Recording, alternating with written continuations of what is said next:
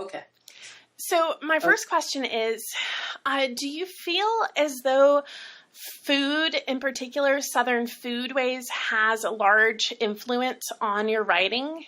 Yes, food is certainly important to my particular South, but also so is art. Art in the sense of collective performances. Music is important, dance is important, and they all sort of go together in a mix, which somehow brings out the best of all of it. Food is an integral part of certain kinds of Southern identities. I just really think it is, you know? And That's just how it is.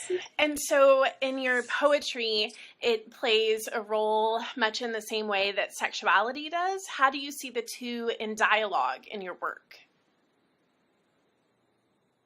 I'm not sure I see them necessarily in dialogue. What I do think I do sometimes consciously is I go for maximum sensuality, all the senses. And when I perform the poem, I can perform it in such a way that it's very playful and it's sensual and it's suggestive, but it's never any full-out sexuality. Like you mentioned in your essay, you have some very good points in that essay, by the way. Something about it's something war, but it was some discussion or debate between some lesbians who wanted to overtly not just present or foreground, but flaunt their sexuality. So-called deviant. What's it called? What was it? Very deviant at that time. Yeah, and so they wanted to, sort of like be, the forerunners and on the front line, all of this. Then there was a whole other group that wanted to do S&M, and talk about it and write about it and all of that. And so then people started looking at me sideways like, why aren't you flaunting sexuality and writing about sexuality and putting all your details? I thought, well, it sort of just didn't seem a part of what I was doing. Mm-hmm. It just didn't come up like that. There are some poems where, let me see, where is that poem? A poem I wrote for T. Kareen. I should read that one for you in a minute. It's in Sinister Wisdom somewhere. Chocolate Waters, do you know her work at all? Chocolate Waters is a very wonderful poet too. Well, Chocolate Waters co-edited an edition of Sinister Wisdom some few months ago. And I think in that poem, that is one of the most overt sexualized poems that I've written. Mm-hmm. I am a poet first. I think sometimes some people come to writing as an outlet after they've discovered their sexuality. Mm-hmm. So it's a vehicle for certain, identifications perhaps. Mm-hmm. Okay? You know what I mean? Yeah. I didn't do it that way. It was so, food, sensuality, my commentary or diatribes about the interlocking grid of racism, sexism, classism, ageism, and all those other things. All of that work comes from a source in me, which I'm very grateful for, but I don't know about a dialogue between food and sexuality, as in, now I'm going to write a poem about food and sexuality. I don't do. Well, I know your readers would be very happy to have it. Consciously. So you mentioned that poem. So you didn't. You don't think that food played necessarily an explicit role in your writings, and neither did sexuality. If I'm hearing you correctly, you focused more on sensory experiences and pleasures and textures and the sensorium. Yes, and in that sense, yes, food is a sensory delight. Mm-hmm. Sexuality is a sensory delight. Mm-hmm. So therefore, yes, it would enter in its own time and place. Mm-hmm. Okay? Mm-hmm. But it hasn't been I don't know if I could write an entire book about sexuality. Mm-hmm. But I can write an entire book of poetry about a lot of different kinds of experiences. Experiences, yeah. That's all I'm saying. Experiences, yeah. Yeah. So, and sexuality is an experience. So I experienced your poem from this collection in a very particular way, and I'm curious to see, or rather, I'm curious to learn how, of course I'm talking about Blackberry Time. So I'm curious to learn what you thought of my reading of the poem and how perhaps maybe my discussion differed from your intentions when you wrote it, or what those intentions you want were. Me to answer that? Let's read it. Can I read it? I would love for you to read it. Okay. I'm gonna read. This is especially for you, Jane. Thank you. Okay, this is dedicated to you and all the other generations of Southern lesbian feminist academians. Because there are a lot of us. And I'm very grateful that somehow you found me, Jamie. I really am. Blackberry time.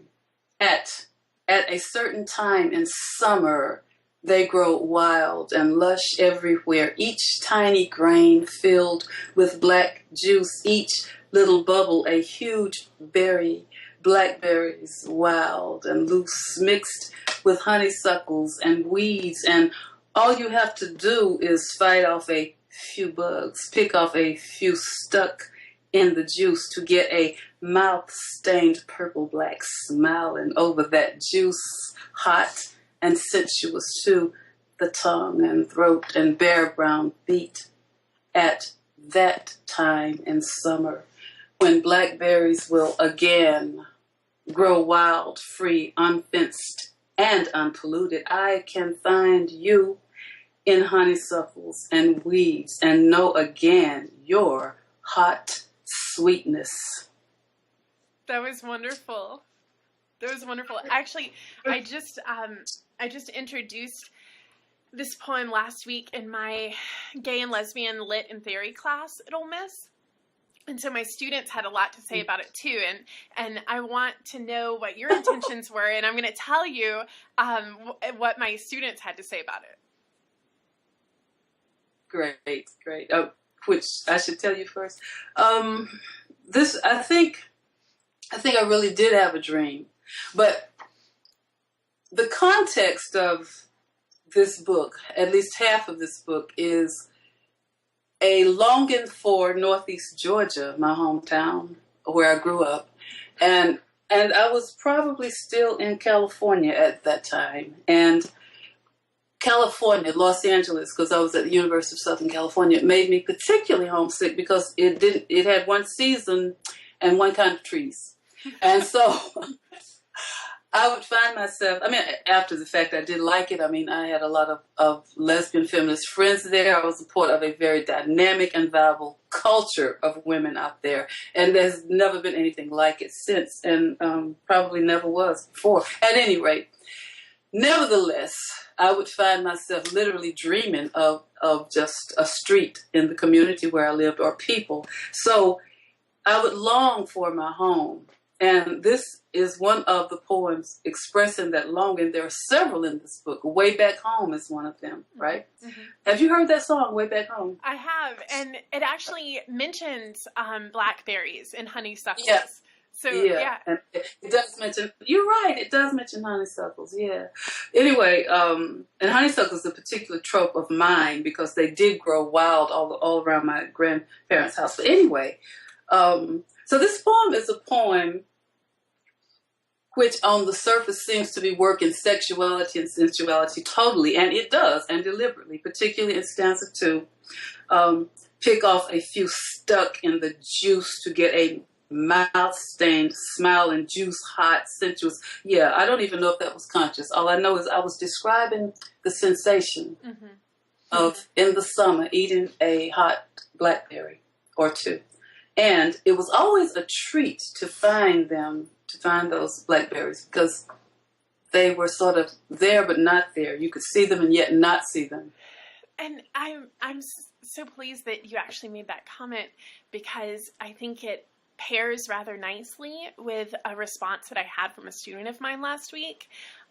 This student of mine in particular, Creedna, she told me that she got the sense when she was reading the poem that there was this interplay between availability, so access to these black berries, and then at the same time, the need to search for them, to search them out, that they were there, but not necessarily right there in front of you all the time,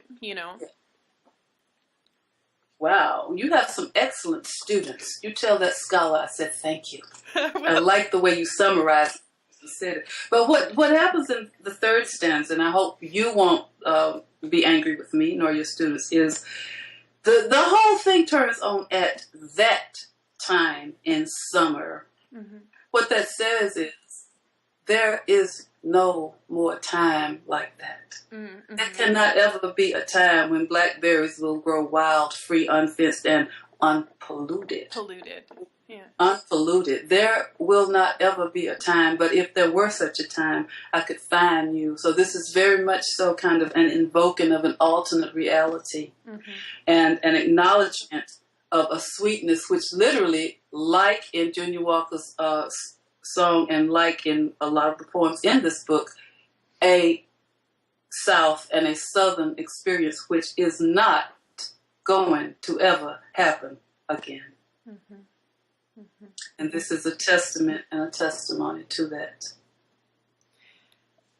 It's hard to actually... It's much more about a longing for an entire experience, and it is symbolized or represented in this poem at a certain time in summer, I wanted that summer so badly, and it's gone. Mm-hmm. It's just gone.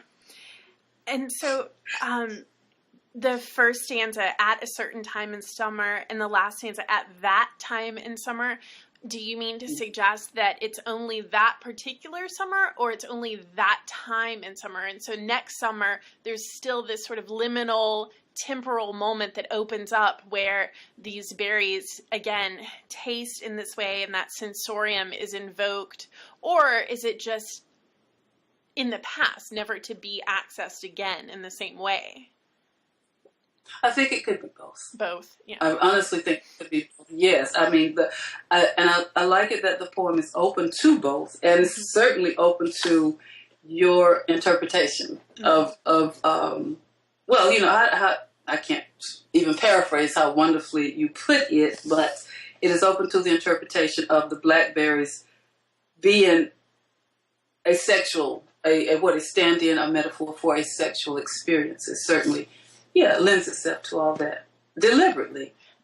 And I think that's one of the many really beautiful things about this poem is that it can be read in multiple ways. One of my students also last week made a comment about the second stanza, which I find myself spending a lot of time with the second stanza, and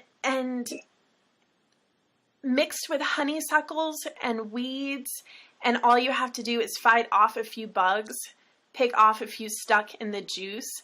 My students remarked upon the symbolism of color here, right? The blackberry and the contrast with the honeysuckle as being white.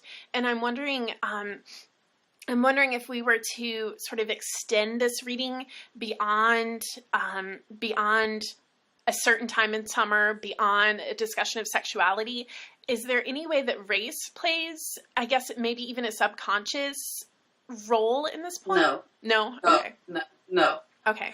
Blackberries are blue-black. Mm-hmm. Honeysuckles are yellow. Yellow-white. And they have they have sort of a greenish, yellowish, I don't know what that is. You pull it out and you suck it. You pull it out and it's sweet. Yeah, that I don't know what that is. But no, honeysuckles are yellow. They're a gentle yellow. Mm-hmm. And weeds, of course, are green, or greenish brown, or bright green. So I assume your students, since you didn't identify their races, are white, right? The majority of them are, yes. And that's why I want to make... But my point is that, unfortunately, with too many whites, since they cannot think outside the grid of their prison of race, therefore they think people of color are similarly confined. This poem has nothing to do with race, except, yes, brown feet, yes. Mm-hmm. Do you understand what I'm saying? This is the poem celebrating a moment, a rich moment, a rich sensual moment. I'm so glad that you said that. With blackberries. And I didn't know how to answer my student, honestly. It was one of those teaching moments where I didn't feel as though I could do justice and give a plausible response. But if you notice in my article, I didn't discuss race at all in this poem. You know, I was much more focused on the taste and I think the messiness. Yeah. The sex, right? The sex, but also the messiness. Huh? The messiness of eating and enjoying to that degree, you know, without restraint, you know? Yeah, without restraint. But you said you grew up in the South, and I did. Now this is what I mean. Like, your students are younger, no doubt. Mm-hmm. Okay. I'm not sure what young people experience growing up these days anymore, but I do know, according to the books and the articles, they text a lot, they sit at home and watch TV a lot, they get together in groups a lot, but they do not, unless they're very young, and I think this cuts across race, class, or etc., they seldom seem to be outside playing. They don't seem to be out in the yard or out in the backyard or, you know, all I'm saying is that, you know, perhaps it's simply a matter of sometimes all of us do overthink the analysis of a poem based on our own cultural definitions, right? And that can particularly be done when it's a poem which has reference to experiences that the readers don't have. That's all I'm saying. Like, you know, sometimes I talk to my students and I'll say something about, going barefooted when it's raining and how mud squishes between your toes. They're like, ew, who would do that?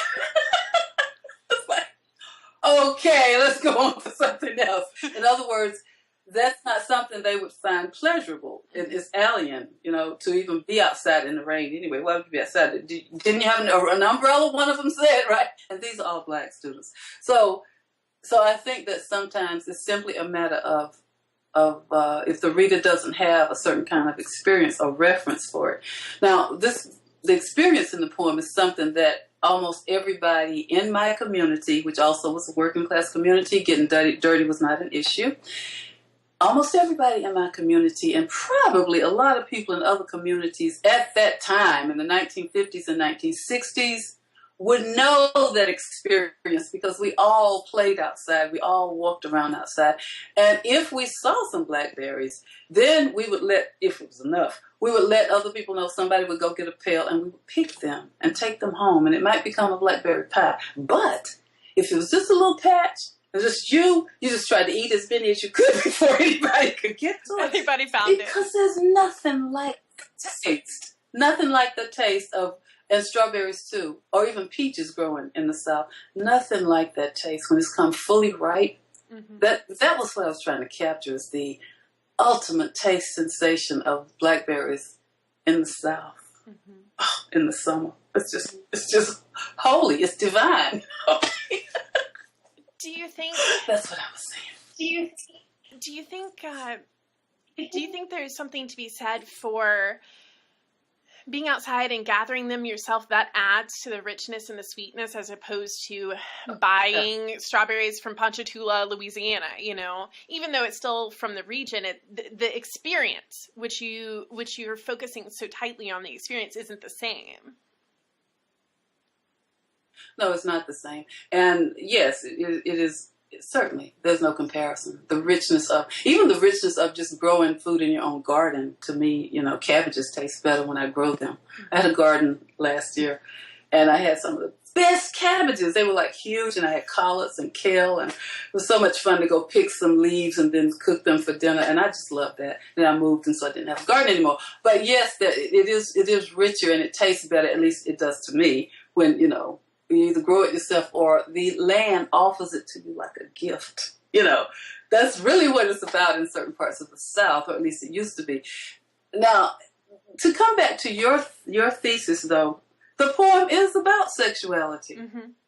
There is a sex act being referred to in there, but it's not overt. It's not deliberate. your hot sweetness is as close as you're going to get to it. It's gestured. The last 3 months. Yeah. Yeah. And it's talked all around. The blackberries stand in. You're right about that. Your hot sweetness is definitely a sexual act. No doubt about that. Sort of. Could you comment a bit on your use of unpolluted? What comment how? So unfenced and unpolluted. So I guess polluted how? In what ways would these berries have been polluted? So by natural means, by misuse of the land. That's it. All of the above. All of the above. There was a time, emissions from cars, for example, is one kind of pollution. When I was growing up, there was a time when there might have been 3 or 4 cars in the whole community. So I didn't grow up having the experience of every family having a car. I do remember quite well when there was one television on the hill, and then there were 2. Then there was another one. It was black and white. And then when color came, everybody went to visit whoever had a color television. I mean, I have memories that go back. And I don't think, when I say that, some of my students say, God, you old. I don't really think it's because we are that old so much as it is technology just rapidly advanced itself. You know, what was current last year with Apple is not anymore, right? In fact, last month it's not even current. So pollution, the pollution of the so-called advances in technology, cars.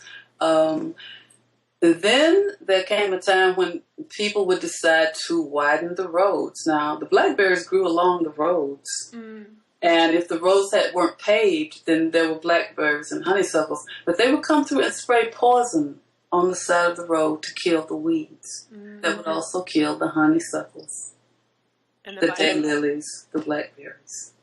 So the pollution is all of that. Yes, yes.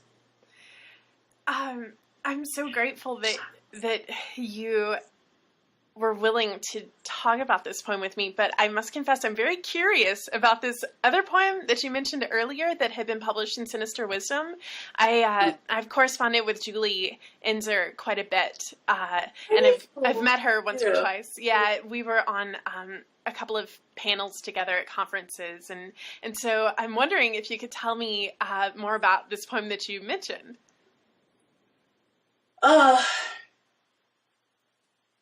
The poem is a description of a hyperactive older woman's vagina. Okay. Is it framed within a discussion of food? Another photo for the Kant coloring book. In loving and grateful memory of T. Kareem.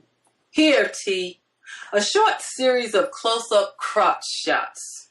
Chrome pussy, elder cunts, seasoned like fine wine, full-bodied, brought to your table, free of charge, your palate to please. Excuse me while I sneeze. Oh, snap! Did you see it? A small sneeze, too. Ooh, new porno reality series, Adventures of the Sneezing Elder Vagina. Abbreviated SEV. Would you look at that old deep brown, gray, hairy, succulent, deep pink in the center thing? Come and go home with me, you OHT, old hot thing. You OHT, come right here. Come on now. That was wonderful. You know what I love the most? You mentioned wine, and you mentioned the table, and this dining and eating. I see what you mean. I see what you mean. Then I got that old deep brown, succulent, deep pink in the center thing. Yeah. Yeah, you're right. Like dishes. The food thing is there. Yeah. Yes. Like dishes. Yeah. Yeah. It is. And it's, I'm thinking ahead now too. People who will watch this interview is going to go viral because of this poem. But I want to remind all of you that this poem is a work of art. And it is designed to be humorous, not lascivious, not pornographic, perhaps a little foodie, but It was meant to be funny and to celebrate T. Corrine. And I could imagine T reading this and laughing and wait, let me get my pencil, let me get that. Now read that part again, you know.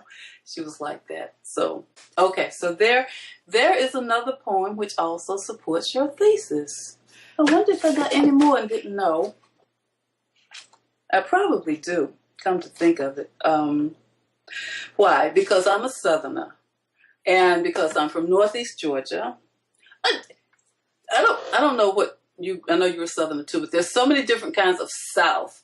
I grew up in a very small town in Appalachia where people entertained themselves. So food was a major activity, you know, eating and cooking and talking about eating and cooking and what y'all having for dinner, you know, that kind of thing. So I think that food is always a part of my poetry or my life somehow. The playfulness with food too, I mean, and food is involved in courting rituals, was involved in courting rituals in the South. I think that comes out in a lot of Southern writers' work, the work of Southern writers, particularly in one of my favorite novels, Their Eyes Are Watching God by Zora Neale Hurston. Food is a ritual of courtship or things to eat, take on other kinds of meaning. And after all, the best lover in the world in terms of literature is tea cake. Right? So I just really think that you're onto something much larger than even just, not just, but much larger than lesbians.